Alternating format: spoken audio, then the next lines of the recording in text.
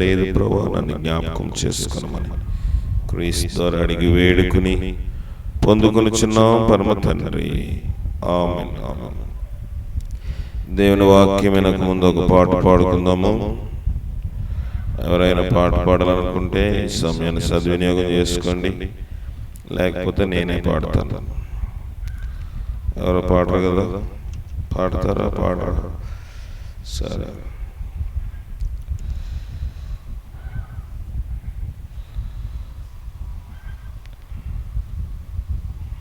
ముప్పై 32 పాట పాడుకుందాం. ప్రభుపై భారమెల్ల మోపుమయ, కలత చెందకుమా, కాపాడు ప్రభుడు. ప్రభుపై భారమెల్ల మోపుమయ, కలత చెందకుమా, కాపాడు ప్రభుడొక్కడున్నాడయ్యా, కనుపాపలా కాచును, కనుపాపలా కాచును. ప్రభుపై భారమెల్ల మోపుమయా, కలత చెందకుమా, కాపాడు ప్రభుడొక్కడున్నాడయ్యా, కనుపాపలా కాచును, కనుపాపలా కాచును. నీతిమంతుడు పడిపోడయ్యా, నిత్యము కాపాడు నడిపించును. నీతిమంతుడు పడిపోడయ్యా, నిత్యము కాపాడి నడిపించును. ప్రభుపై భారమెల్ల మోపుమయా, కలత చెందకుమా, కాపాడు ప్రభుడొక్కడున్నాడయ్యా, కనుపాపలా కాచును, కనుపాపలా కాచును. నీడగా ఉండి కాపాడును, ఆశ్రయమిచ్చి ఆదుకొనును. నీడగా ఉండి కాపాడును, ఆశ్రయమిచ్చి ఆదుకొనును. ప్రభుపై భారమెల్ల మోపుమయా, కలత చెందకుమా, కాపాడు ప్రభుడొక్కడున్నాడయ్యా, కనుపాపలా కాచును, కనుపాపలా కాచును.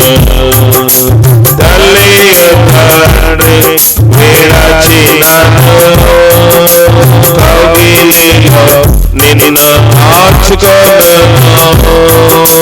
తల్లియు తండ్రియు విడచినను, కౌగిలిలో నన్ను దాచుకొనును. ప్రభుపై భారమెల్ల మోపుమయా, కలత చెందకుమా, కాపాడు ప్రభుడొక్కడున్నాడయ్యా, కనుపాపలా కాచును, కనుపాపలా. మన పక్షమున ప్రభువుండగా,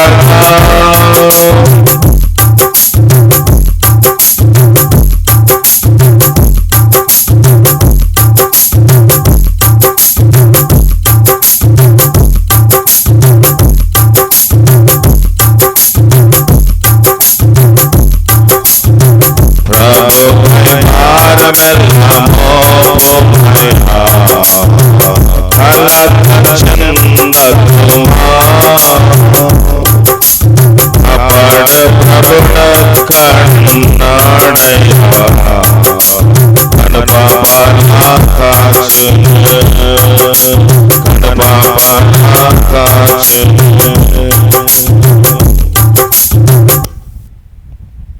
జీవాధిపతి నీ ఘనమైన పాదాలకు వందనాలు. ఈ రాత్రి కాల సమయంలో నాతో మాట్లాడు, ఈ కుటుంబంతో మాట్లాడు. ఎవరికి మనం కావాలో దయచేయము. నా శరీర బలహీనత ముట్టుము. అపవాది వేచిన ప్రతి అడ్డు బాణములు, అగ్ని బాణము తొలగించము. సేవను పాడు చేసేవారు, నిందలు వేసేవారు, అవమానపరిచేవారును త్వరగా మంచం ఎక్కించుము తండ్రి. దేవా తండ్రి, ఈ సేవ నువ్వు నడిపించకపోతే నా స్వనీతితో నేను నడిపించలేను. దేవా తండ్రి, ఎక్కడైతే నీ సేవను అవమానపరిచి నిందించి దేవా తండ్రి సంతోషించేవారు ఎన్నడూ సంతోషంగా ఉండలేరు కనుక దేవా తండ్రి, ఆ దినము సమీపించక ముందే ప్రతి ఒక్కరూ దేవా తండ్రి ఆ ఉగ్రత నుంచి తప్పించుకునే భాగ్యము దయచేసి భద్రపరచుము. ఎన్నో అవరోధములు, నిందలు, అవమానముల మధ్యన ఇక్కడ సేవ చేయుచున్నాను. హృదయం కృంగినప్పటికీ శరీరం బలహీనము గనుక, కానీ ఆత్మ సిద్ధము గనుక దేవకి నిలబడగలుగుచున్నాను ప్రభా. ప్రతి నిందను దేవా తండ్రి నువ్వు నాట్యముగా మార్చే దేవుడై ఉన్నారు.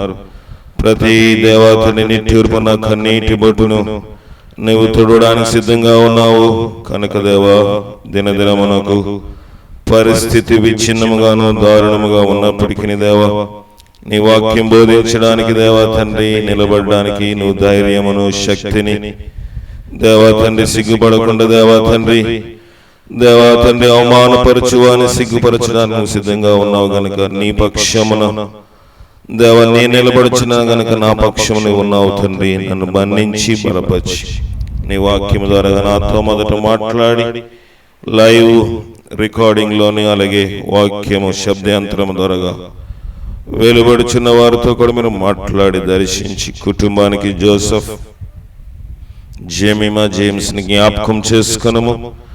వారికి దేవ వారి తల్లిదండ్రులకును, జెమిమా తల్లిదండ్రులకును, ఇరుపక్షాల కుటుంబస్తులకును, వలి గారికి వారి కుటుంబమును కూడా దర్శించి వారు కూడా తెలుసుకునే భాగ్యము దయచేయమని క్రీస్తు అడుగుచున్నాం తండ్రి. ఆమేన్. ప్రభువైన యేసుక్రీస్తు యొక్క ప్రశస్తమైన నామములో మీ అందరికీ వందనాలు. దేవుని వాక్యము విందాము. దేవుని వాక్యం వినకముందు దేవుడు మన పట్ల ఎన్నో కార్యములు చేస్తాడు. అయితే దేవుడు మన పట్ల చేస్తున్న కార్యమును మనం ఎలా తలపోసుకోవాలో చూద్దాం. ఆదికాండము 28వ అధ్యాయము. మైక్ తీసుకుని మైక్ దగ్గర పెట్టుకుని చదవండి దయచేసి. తీయగలిగిన వారు, శ్రద్ధ కలిగి ఉన్నవారు, చదవాలని ఆసక్తి ఉన్నవారు, పరిచయలో పాలు పొందాలనుకున్నవారు దయచేసి సమయాన్ని సద్వినియోగం చేసుకోండి. ఆదికాండం 28వ అధ్యాయము.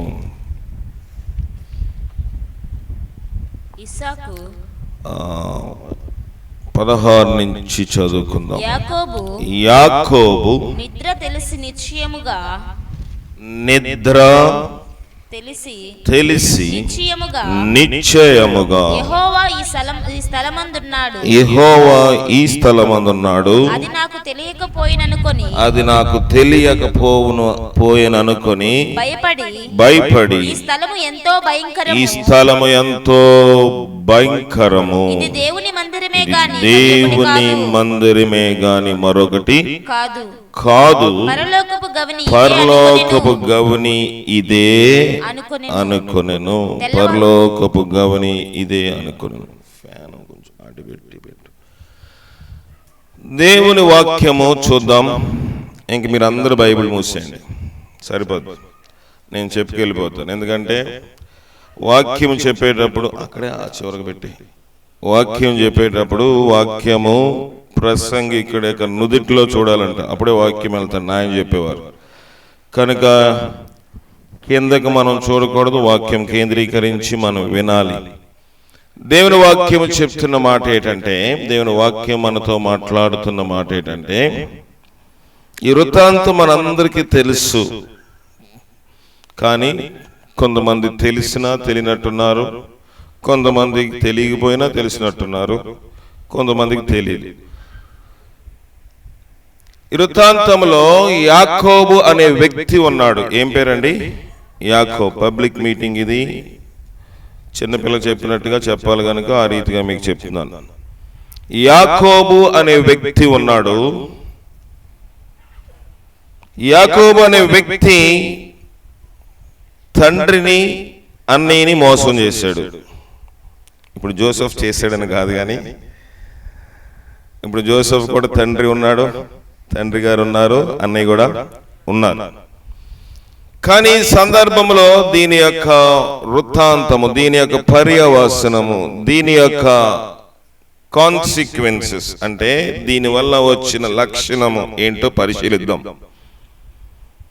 యాకోబు పారిపోతా ఉన్నాడు. ఎవరి దగ్గర నుంచి?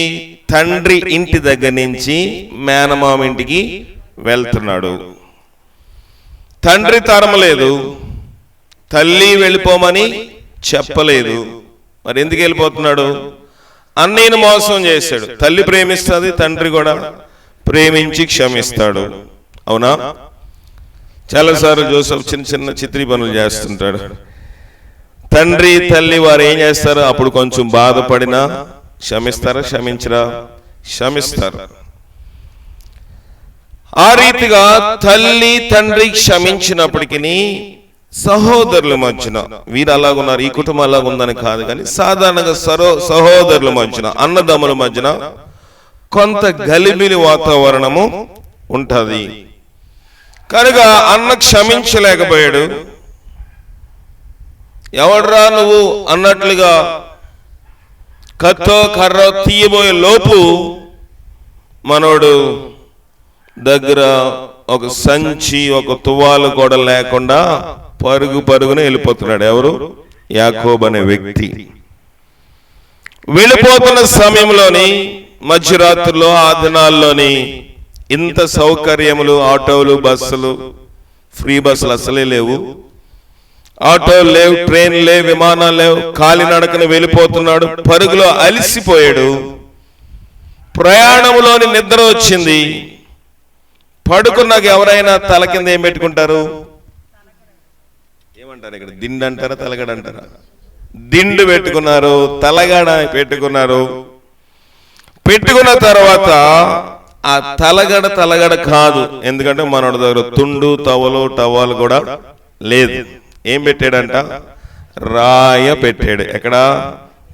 తల కింద రాయి పెడితే నిద్ర వస్తుందా? కానీ మనోడు చక్కగా నిద్రపోయాడు. ఎవరు? యాకోబు.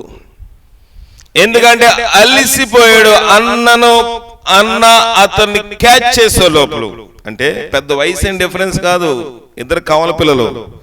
మొదట అన్న పుట్టాడు, వెంటనే మనోడు కూడా బయటకు వచ్చాడు తల్లి గర్భంలోంచి. అన్న అని ఎందుకు అన్నామంటే అతడు గర్భంలోంచి బయటికి ముందు వచ్చాడు గనుక.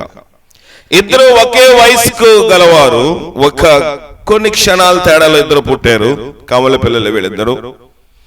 అయితే మనం ఇక్కడ గమనించవలసిన సంగతి ఏంటో, అలిసిపోయినప్పుడు నిద్రపోయాడు, తలగడగా రాయిని చేసుకున్నాడు. ఈ చేసుకున్న సమయంలోని ఏం ప్రార్థన చేసుకున్నాడో తెలియదు, ఏం మొర్ర పెట్టాడో తెలియదు. ఆ రాత్రి ఆయనకు ఒక దర్శనం అవుతా ఉంది, ఒక కల వచ్చింది. ఆ కలలోని యాకోబు ఏం చూస్తున్నాడంటే, భూమికి ఆకాశానికి అంటే అంత పెద్ద నిచ్చెన ల్యాడర్ ఉంది. మన నిచ్చెనలు 10, 20, 30 అంతకు మించితే పైన తాడు కట్టి పెయింట్లు వేస్తాడు కదా మనోడు. ఆ సవకల మీద, దాన్ని ఏమంటారు, సార్వ మీద పెయింటింగ్ చేయాలి. కానీ యాకోబు చూసిన దర్శనంలో నిచ్చెని కొలవలేనంత మిచ్చిని. ఎందుకంటే ఒక కొన భూమికి ఉంది, ఒక కొన ఆకాశానికి ఉంది. దాని మీద దేవదూతలు ఎక్కుచు దిగుచు ఉన్నారు. ఉదయం లేచాడు, రాత్రి కల అయింది కదా. కలలోని దేవుని దేవదూతలు చూశాను. కలలోని ఏం చూశాను? నిచ్చెను చూశాను. కనుక నిశ్చయంగా ఈ స్థలము దేవుడు ఉండదగిన, దేవుడు నివసించే స్థలము అని అనుకొని ఏం చేశాడంట, తెల్లవారినప్పుడు యాకోబు లేచి తను తలగడగా చేసుకున్న రాతిని దానిని స్తంభముగా నిలిపి దాని కొన మీద నూనె పోసెను. మరియు ఆ స్థలమునకు బేతేలు అనగా దేవుని మందిరం అని పేరు పెట్టెను. శంకుస్థాపన చేశాడు. దేనికి? మందిరం కడతానని. అవునా కాదా? రాయిని తీసి నిలబెట్టి దాని మీద ఏం పోసాడు? నూనె పోసాడు. అన్యులైతే ఏం చేస్తారు? ఇంటికి శంకుస్థాపన చేయదు, ఇటుకలు పెడతారు, పసుపు కుంకుమ పెడతారు, లేకపోతే నవధాన్యాలు వేస్తారు, నిమ్మకాయలు పెడతారు, ఇది రకరకాలు చేస్తారు. కానీ క్రైస్తవ సాంప్రదాయ ప్రకారముగా ఒక మూలరాత్రి వేయవలసి వచ్చినప్పుడు దానిని నిలిపి దాని మీద ఏం పోసాడంట? నూనె పోసాడు. ఎవరు? యాకోబు. అంటే శంకుస్థాపన చేశాడు. శంకుస్థాపన చేసి ప్రభుతో అన్నాడు, ప్రభువా, ఇక్కడ నేను పడుకుంటే నాకు దర్శనం వచ్చింది. ఇక్కడ ఒక కొన నిచ్చిని భూమికుంది, ఒక కొన నిచ్చిని ఆకాశానికి ఉంది. ఇది నీకు ఇష్టమైన స్థలం అని నాకు అర్థమవుతుంది. నేను నీకు మందిరము కడతాను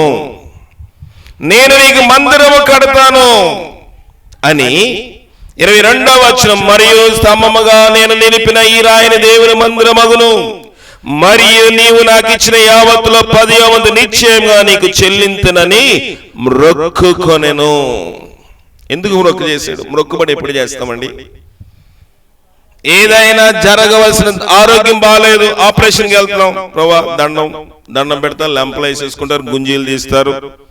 ప్రభా ఈ కార్యము, దేవుడా ఈ కార్యం చేస్తే నీకు డబ్బులు ఇస్తాను, ప్రభా ఈ కార్యం చేసే ప్రతి ఆదివారం గుడికి, మందిరానికి, చర్చికి వెళ్తాను, ప్రతి ప్రార్థనలో నేను పాల్గొంటాను. అదే చేశాడు మనోడు. చూడండి 20వ వచనం చదువుదాం.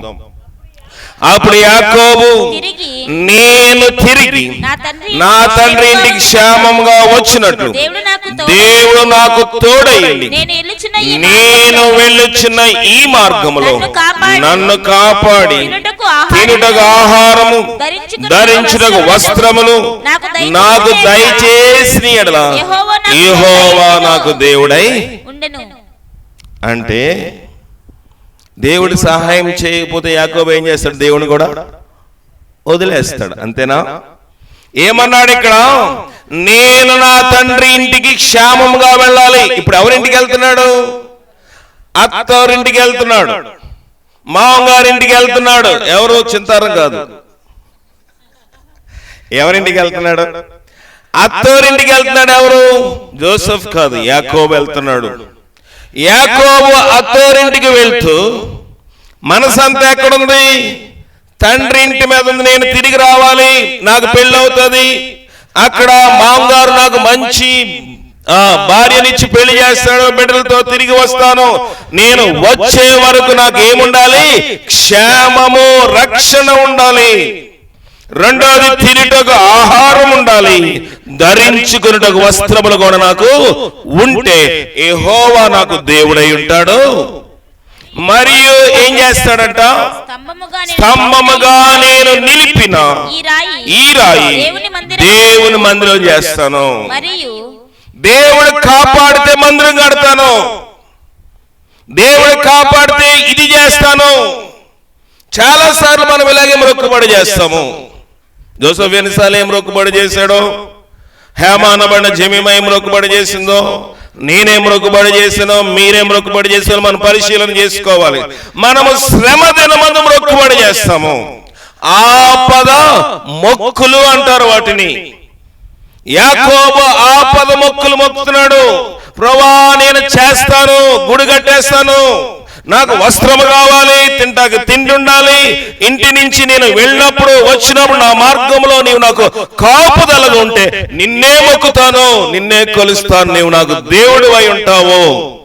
నేను నిలిపిన ఈ రాయి యెహోవాకు మందిరమగును. ఇదియే కాకుండా నీవు నాకు ఇచ్చిన యావత్తులో 10వ వంతు నిశ్చయముగా నీకు చెల్లించెదను. దేవుడు అడిగాడా? అడగలేదు.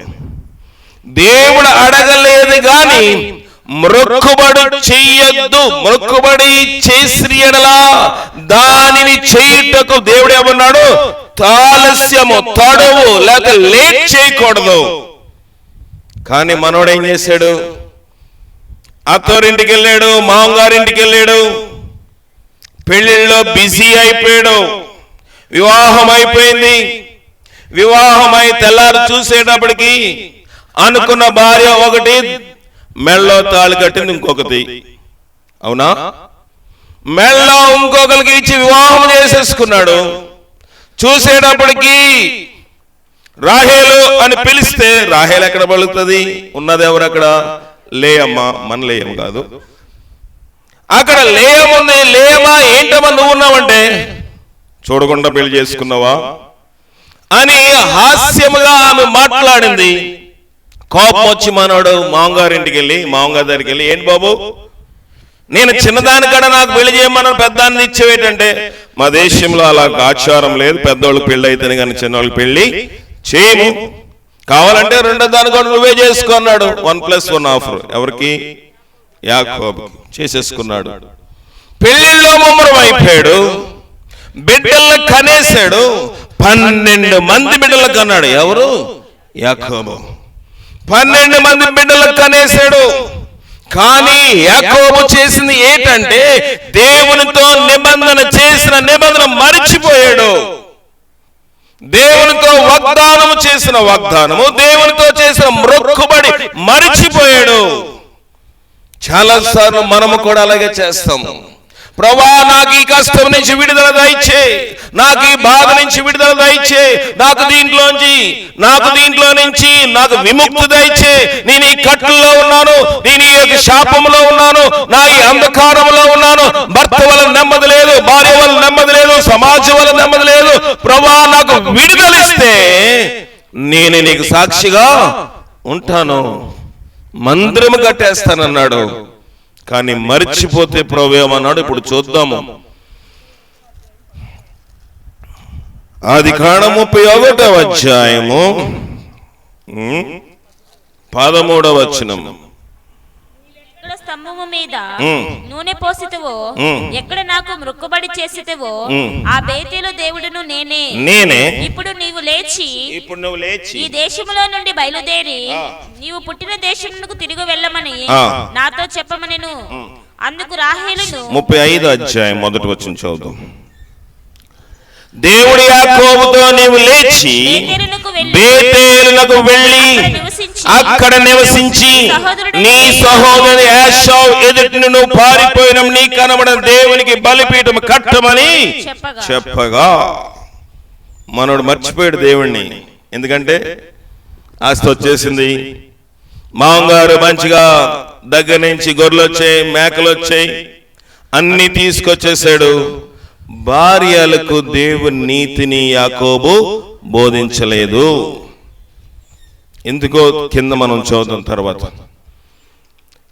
ఇంటికి వెళ్ళిపోయాడు, స్వగ్రామం వెళ్ళిపోయాడు, తండ్రి ఇంటికి వెళ్ళిపోయాడు, బేతేలు క్రాస్ చేసి వెళ్ళిపోయాడు.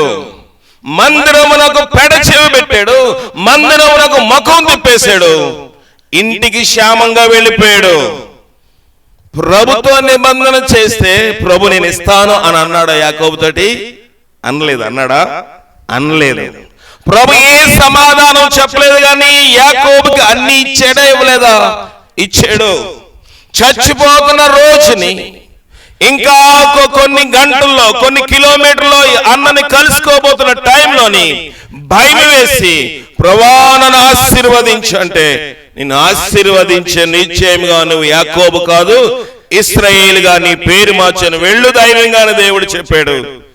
కానీ దేవుడితో మాట్లాడాడు, గాని దేవునికి చేసిన మొక్కుబడి విషయమై మర్చిపోయాడు. ఈ స్తుతికూటం లేకపోతే, ఈ కృతజ్ఞత కూడిక లేకపోతే, ఇలాంటి కూటమి లేకపోతే, దేవుడు అనేక సార్లు ఈ కుటుంబంలో ఎన్నో మేలు చేశాడు.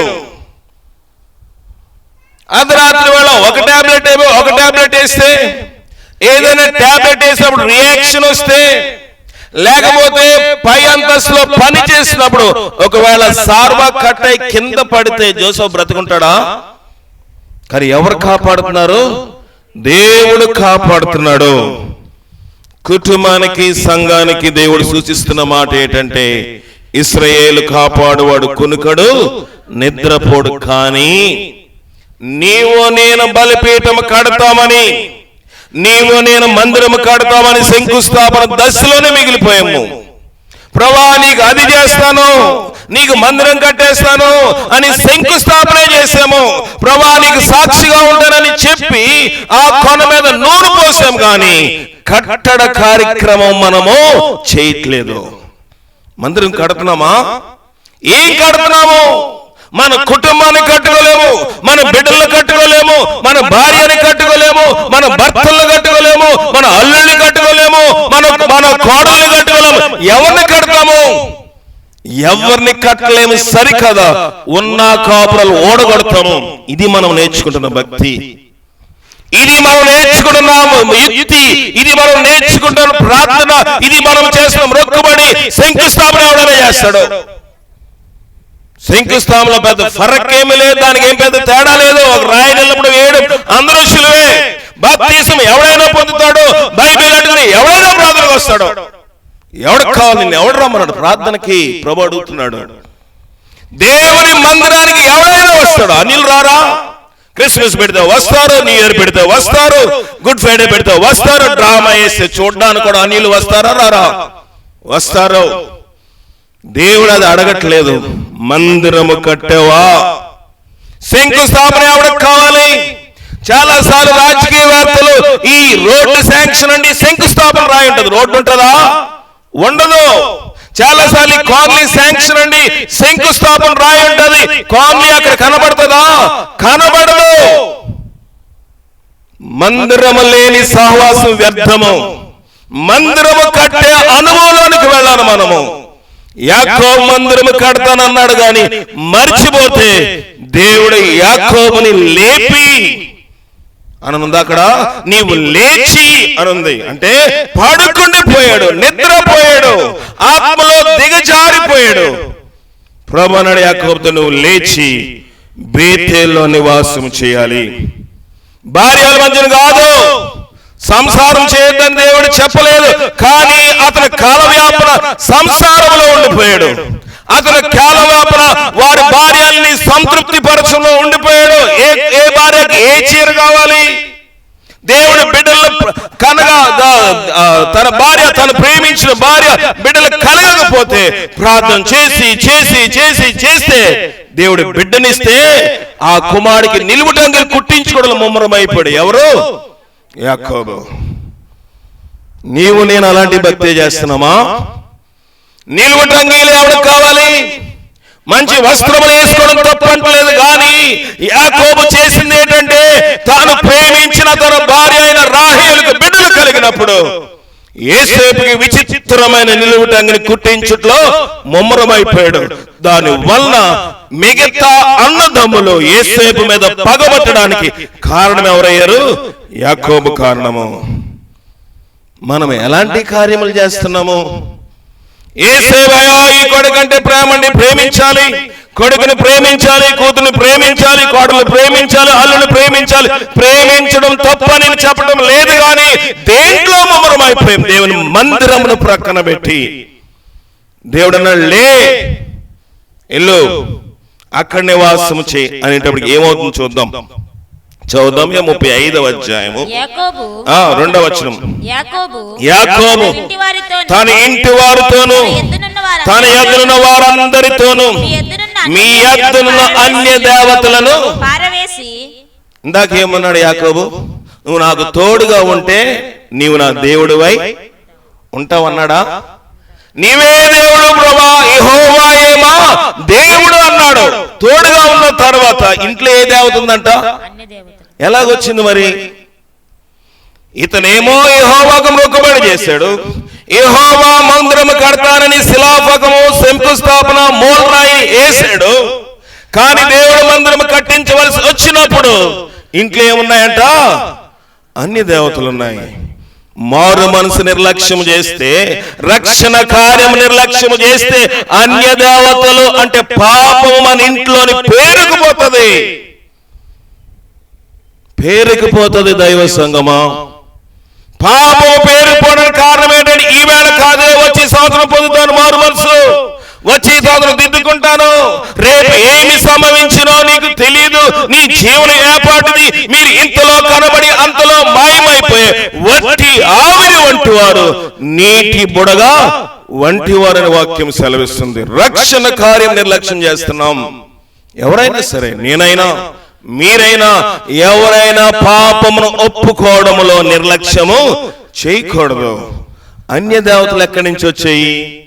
ఎవరు తీసుకొచ్చారు? యాకోబేమో యెహోవా దేవుని మొక్కుతున్నారు, కానీ భార్యలు ఏం చేస్తున్నారు? అన్ని దేవతలు మొక్కుతున్నారు. ఎందుకంటే యాకోబు మొకమాటపు భక్తి.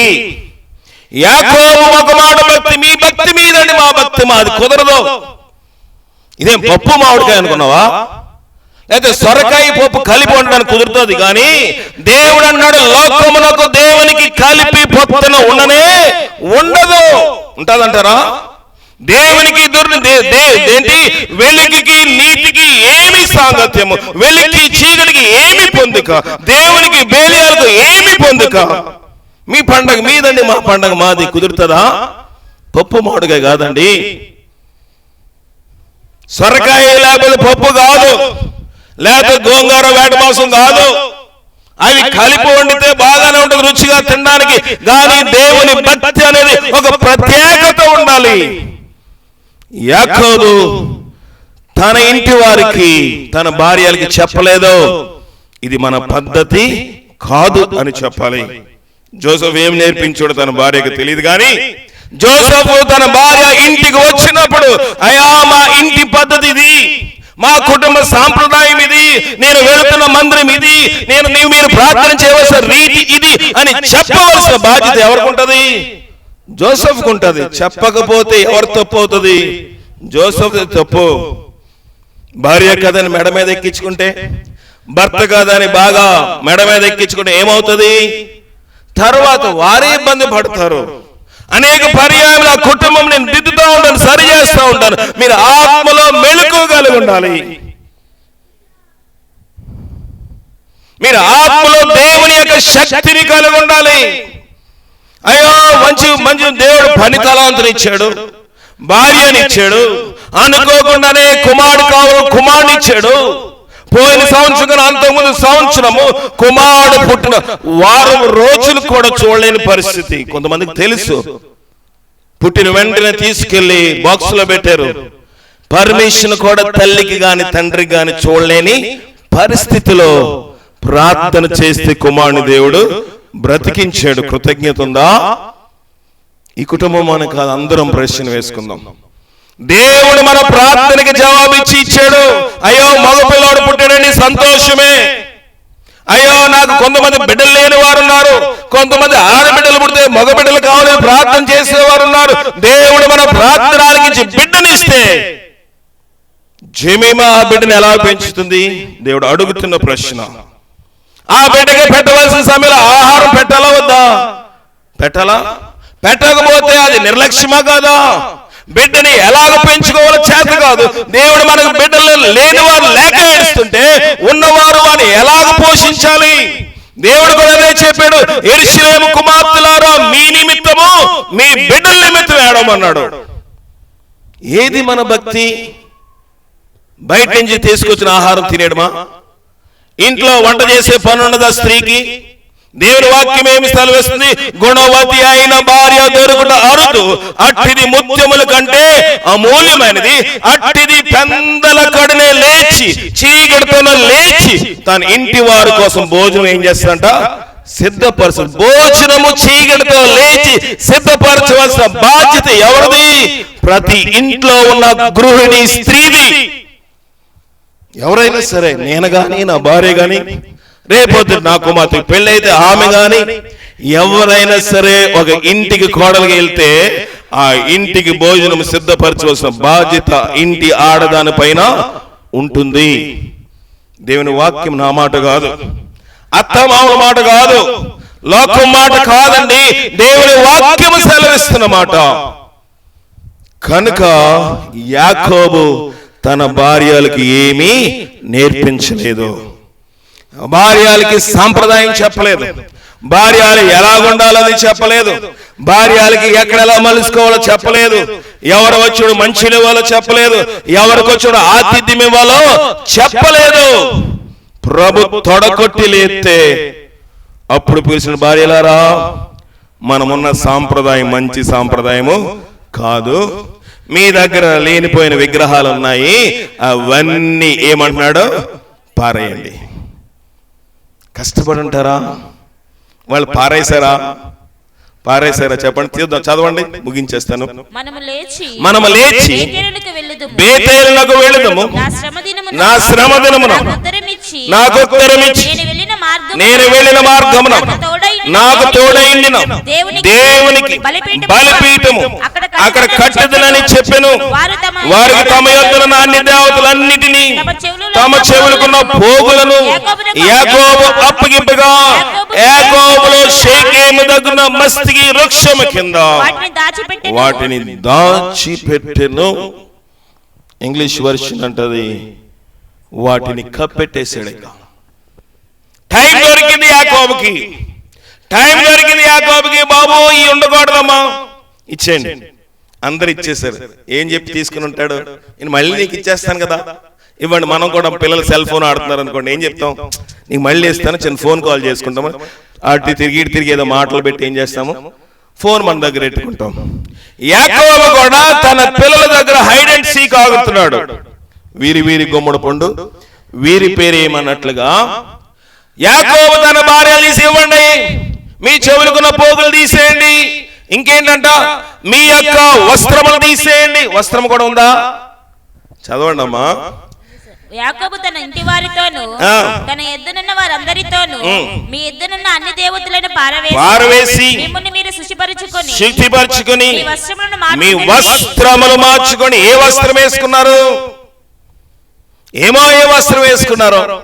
కానీ ఆ వస్త్రములు దేవుని మందిరం కట్టడానికి పనిచేస్తాయా? పనిచేయవు.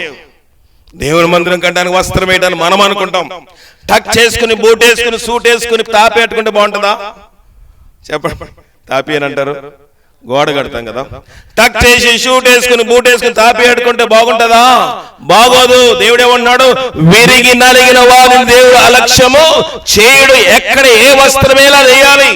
వీళ్ళు దేవుని మందిరం కడదామని బయలుదేరితే వీళ్ళందరూ చక్కగా మేకప్ అయ్యి లిప్స్టిక్ వేసుకుని తలకు రంగులు వేసుకుని వచ్చేసారు. ఎవరు? యాకోబు భార్యలు. యాకోబు అన్నాడు, ఈ శోకంత వద్దమ్మా, మీకు ఎంతవరకు చెప్పలేదు. ఇప్పుడు మందిరం కడతాము, మందిరం కట్టినప్పుడు తేడా వస్తే అందరము అట్నుంచటే జెండా. కనుక యాకోబు చెప్తే భయపడ్డారు, బాబు తీసేసుకో, మాకు మళ్ళీ నువ్వు చేయిస్తానులే, మళ్ళీ దేవతలు ఇస్తానులే అని భూలో కప్పెట్టేశాడు. యాకోబు కప్పేసి అందరిని నడిపించాడు. తర్వాత యాకోబు అని తీసుకోలేదు. ఇక్కడ చూస్తున్న మాట ఏంటంటే వాడిని కప్పెట్టేసారు. ఎందుకు ఈ మాట చెప్తున్నానంటే, ఏదైనా ఆదిలోనే మనము దేన్నైనా ఏ పైన చేయడానికి కంకణం కట్టామో అప్పుడే దాన్ని కొనసాగించాలి. లేకపోతే ఎప్పటికీ దాని నిర్మాణం మనము చేయలేము. భక్తి అయినా ఇంట్లో పనైనా పెళ్ళైనా పెటాకులైనా ఏదైనా, అవునా, ఆదిలోనే దాన్ని త్రుంచాలి. ఇక్కడ త్రుంచుకోలేకపోయాడు. వాళ్ళ దగ్గర అన్ని దేవతలు ఉన్నాయి, వస్త్రములు కూడా మార్చుకోమని చెప్పాల్సి వచ్చింది. ఎలాంటి వస్త్రములు వేసుకున్నారో, ఎలాంటి జాకెట్లు కుట్టించుకున్నారో, వాళ్ళంతా కనబడి బట్టలు కుట్టించుకుంటారు కొంతమంది. పాపం గొడ్డు తొక్కుతాడేమో బట్టలోడు కదా. ఆ వస్త్రముతో దేవునికి ఆనందంగా ఉంటుందంటారా? చూసిన వాళ్ళకి, బయట చూసిన వాళ్ళకి, రోడ్డు మీద వెళ్తుంటే కుర్రోళ్ళు ఏం చేస్తారు, యవనస్తులు, ఆ యవనస్తులైన సరిగా బట్టలు కుట్టించుకోకపోతే ఏం చేస్తారు, ఆమె చూసి వ్యంగ్యముగా, ఎటకారంగా, హాస్యంగా మాట్లాడతారు. అలాంటి వ్యక్తి మందిరం కడితే దేవుడు సంతోషిస్తాడా? సంతోషించుడు. కనుక యాకోబు అన్నాడు, ఈ వస్త్రాలు కదమ్మా, ఈ చౌలీలు కాదమ్మా, ఈ దిద్దులు కాదమ్మా, ఇది కాదమ్మా, తీసి కప్పెట్టేసిన తర్వాత వాళ్ళు బేతేలునకు వెళ్లి మందిరము కట్టారు. ప్రియమైన దేవుని సంగమా, ఈ రాత్రి కాల సమయంలో దేవుడు మనతో మాట్లాడుతున్నాడు. ఈ రాత్రి కాల సమయంలో దేవుడు మనందరినీ హెచ్చరిస్తా ఉన్నాడు. దేవుని మందిరము కడుతున్నామా? ఇక్కడ యాకోబు ముందులోనే చెప్పుంటే యాకోబు ఇంట్లో అన్ని దేవతలు ఉండేయా? చెప్పండి, ఉండేయా? లేదు. యాకోబు భార్య ఏం చేసింది? చిన్న భార్య గృహదేవతను తీసుకొచ్చింది. ఎక్కడి నుంచి? ఇంట్లో నుంచి మంచి బంగారం వెండితో చేసిన విగ్రహం ఉంది. చిన్నప్పటి నుంచి దాని మీద మోజు అమ్మగారికి. ఎవరికి? రాహేల్ అమ్మకి దానంటే మోజు. కనుక డాడీ ఇంట్లో లేనప్పుడు ఆ విగ్రహం తీసుకుని వెళ్ళి ఏం చేసింది? దాన్ని దాచిపెట్టింది. ఎక్కడా? ఇంటి సామాన్లు దాచిపెట్టి డాడీ వచ్చే టైంకి ఏం చెప్పిందంటే, డాడీ చెక్కింగ్ వచ్చాడు. బాబు నా ఇంట్లో విగ్రహం లేదు. పాపం మనోడు విగ్రహారధికుడు మ్రొక్కుతా ఉన్నాడు. ఇంట్లోకి వెళ్ళి దండం పెట్టుకుందాం అనుకున్నాడు. దండం పెట్టుకుంటే విగ్రహమే లేదు. ఏం చేయాలి? మనోడికి ఎవరి మీద డౌట్? అల్లుడి మీద డౌట్. కానీ పట్టుకెళ్ళిపోయింది ఎవరు? కుమార్తె పట్టుకు వెళ్ళిపోయింది. కుమార్తె దగ్గరకు వచ్చి అందరినీ చెక్ చేశాడు. ఎవరి దగ్గర లేదు. కుమార్తె దగ్గరకు వచ్చి అమ్మా లేదు చూడాలి అంటే, అయ్యో నాకు మెన్సెస్ అండి, నేను ఋతుక్రమంలో ఉన్నాను, నాకు నెలసరి, నేను కూర్చుని లేకూడదు, నా దగ్గర రాకూడదు అని చెప్పింది. దాచిపెట్టింది విగ్రహము. అదే ఋతుక్రమం దేవుడు ఆపేశాడు. అదే ఋతుక్రమం, అదే నెలసరి ఆపేసి కొన్ని సంవత్సరాలు బిడ్డలు లేకుండా చేశాడు. ఎవరికి? రాహేలుకి. దేని విషయంలో అబద్ధం ఆడతావో ఆ విషయంలో శాపగ్రస్తులు అయిపోతాం మనం. నువ్వు అనుకోవచ్చు, నువ్వు చూసిందే, నువ్వు అనుకున్నదే కరెక్ట్ నువ్వు అనుకోవచ్చు. దేవుని వాక్యం సెలవిస్తున్న మాట ఏంటంటే, మనం అబద్ధము ఆడకూడదు. అబద్ధం ఆడువాడు నా కనులు ఎదుట నిలబడు. కనుక ఈ రాత్రికాల సమయంలో ఈ కుటుంబంలో ఏర్పాటు చేయని స్తుతి కూటము చాలా శ్రేష్టమైనది. దేవుడు వారి పట్ల చేసిన మేలును వారు ఏం చేసుకున్నారు? ఇప్పుడు జ్ఞాపకం చేసుకున్నారు కాబట్టి స్తుతి కూటం పెట్టారు. అవునా?